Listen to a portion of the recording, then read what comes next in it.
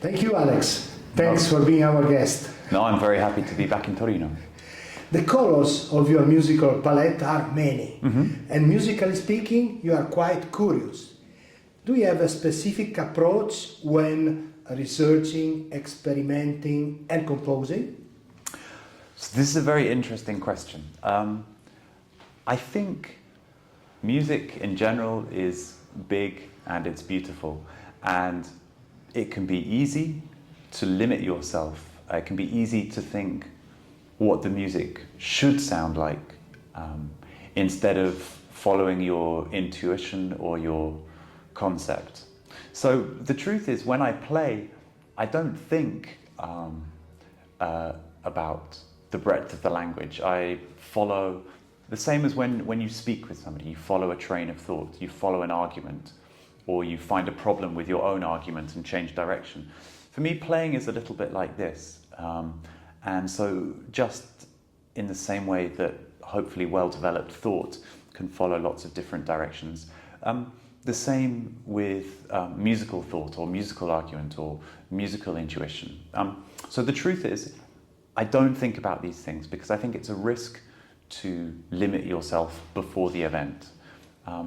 And I think it's one of the things that I'm hopefully getting better at, and as a result, I'm trying to allow my music to go in lots of directions, just like a thought process.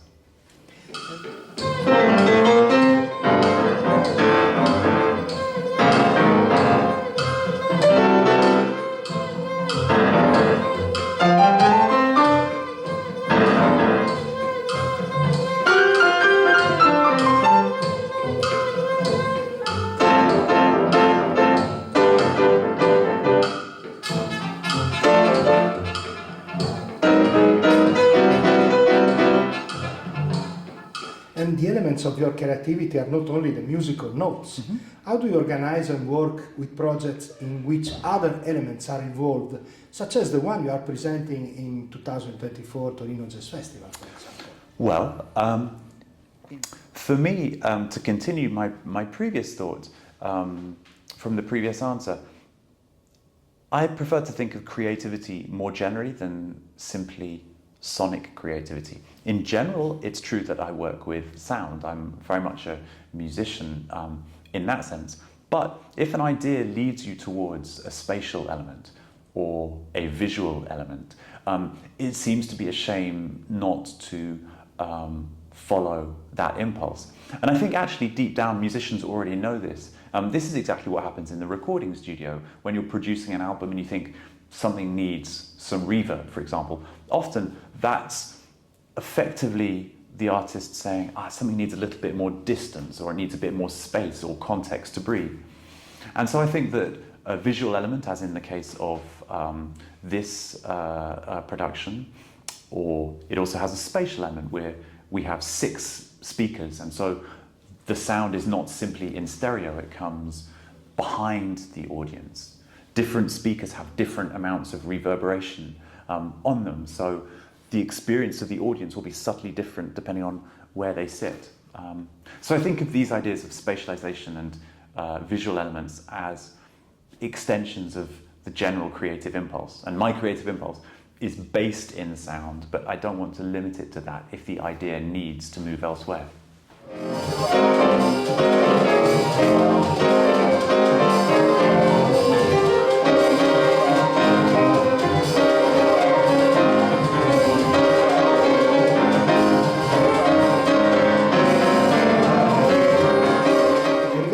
In particular, the project you are presenting now, Torino Jazz Festival, dedicated to Duke Ellington, which is the contemporary suggestion, the current relevance of his music? In general, tributes for me can be problematic because our music is a music of innovation and of being relevant to the present and the future. And the beauty of Duke Ellington's music is that he's a genius, and if I want to hear that, I can listen to the albums.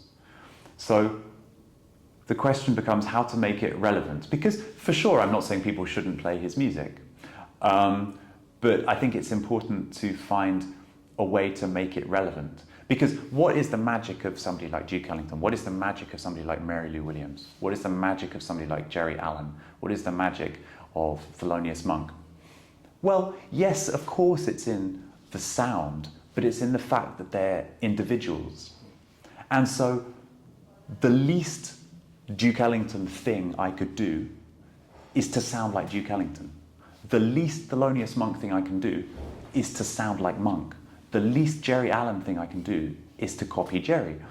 And so the essence is to, I think, to try to capture their pioneering spirit, their individuality, their refusal to follow easy paths.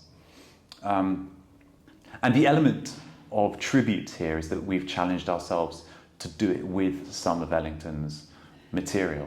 I said that in some senses I'm skeptical of tributes, and I have said no to doing tributes before because I couldn't find the concept. But Duke Ellington is so deep in my musical DNA. I've loved his music since I was so little. The sentiment, the music, I'm a musician, but really I'm a music fan. And the music fan part of me couldn't say no to taking the challenge of Duke Ellington, even though the music is so special to me that it's a big challenge. But I think you can't resist the challenge sometimes if you love the music enough.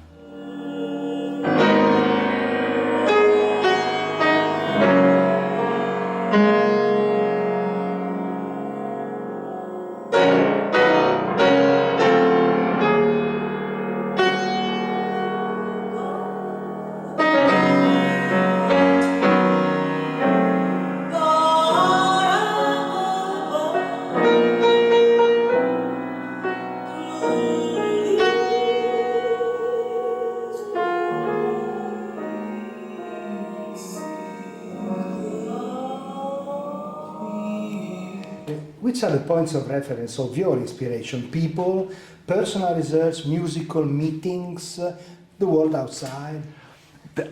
This is a very, very interesting and very difficult question. For me, music, for example, one of its beauties is its abstract nature.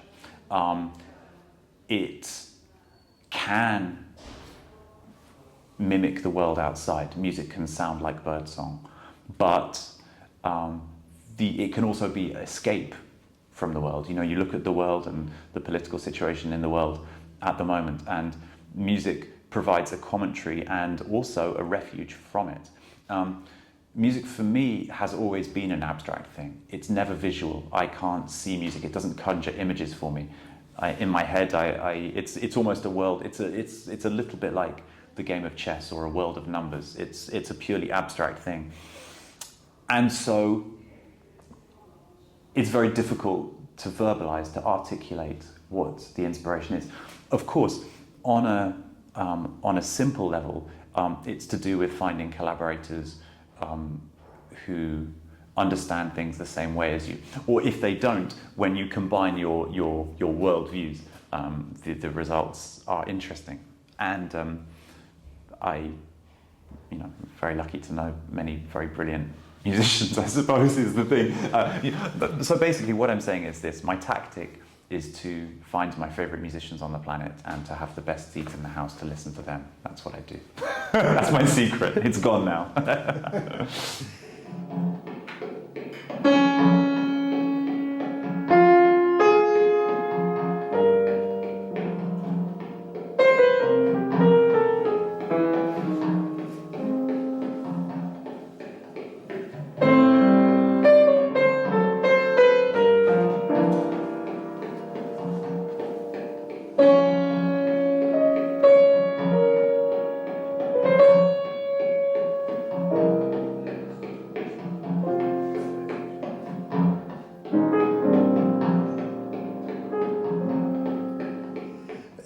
The musical language you choose, let's call it jazz, is an amazing example of inclusion. Social, cultural, musical, personal inclusion. What did you learn from it, both from an artistic and personal point of view? Well, I can answer this question specifically with relevance to Duke Ellington, actually, seeing as we're talking about Ellington in this interview. When you look at Duke Ellington's big band, it is the most together you've ever heard a group of people. Yes, literally they hit everything together, but together in terms of clarity of purpose and vision, shared vision. And yet, when you look at the history of the music, there are very few ensembles which are so full of radical individuals. You hear one note of Baba Miley and you know it's Baba Miley. You hear one note of Arthur Wetzel, you know it's him. You hear one note of Sam Nanton, and so on. And so I think that this music is a really interesting prism through which to look at political ideals. You know, we live in a time at which there's a rising tide of the right all over the world, and it's deeply frightening. And people caricature a socialist idea. They say, they want everybody to be the same.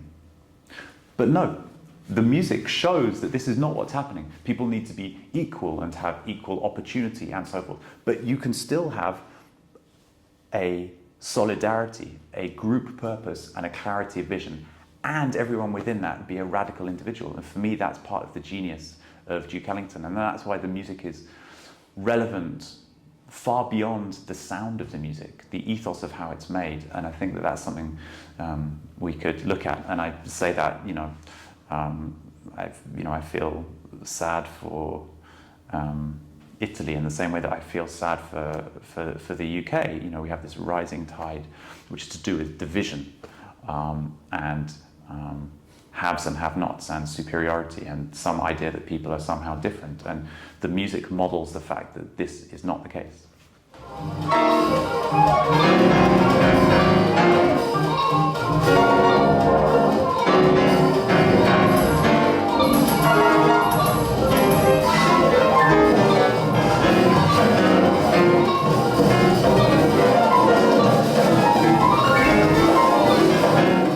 Young musicians have a stronger education, normally due to music schools, and important role played by this music all over the world. This can be the most important suggestion for young men or women that would like to take part in this fascinating world. My advice is that music can be intimidating because, like sport, for example, it is a discipline which can reward technique, and technique only comes with hard work and study. But what I would say is that doesn't have to be the case. That is a somewhat orthodox view. And if you want to play orthodox music, or if you want to play classical notated traditions, for example, then it happens that you do need some training and some language. If you want to play straight ahead jazz, if your passion is to play the music of John Coltrane, there are certain disciplines which you need to acquire for you to operate in a certain way. But the music can be anything that you want it to be. So the only responsibility of the person approaching music is to do it with sincerity and to make the music that that person wants to make. If your creative impulse is telling you that you need to acquire some more dexterity, then you have to do the work to get that. But if you're making the music that you want to make without that, then it's no problem. And nobody should care that you can't do this, because really, in one sense, not being able to do something else, you can frame that positively. That means that you have to approach certain materials with a different point of view. So that would be my comment. If you want to play the music of Sciarrino, if you want to play the music of Nonno, if you want to play the music of Bach, you have to equip yourself with certain skills. But as I said, music is big and it's beautiful, and there are many, many ways to do this in other ways. Thank you very much, Alex. No, not very at all. kind. Yeah, thank you. Thank you.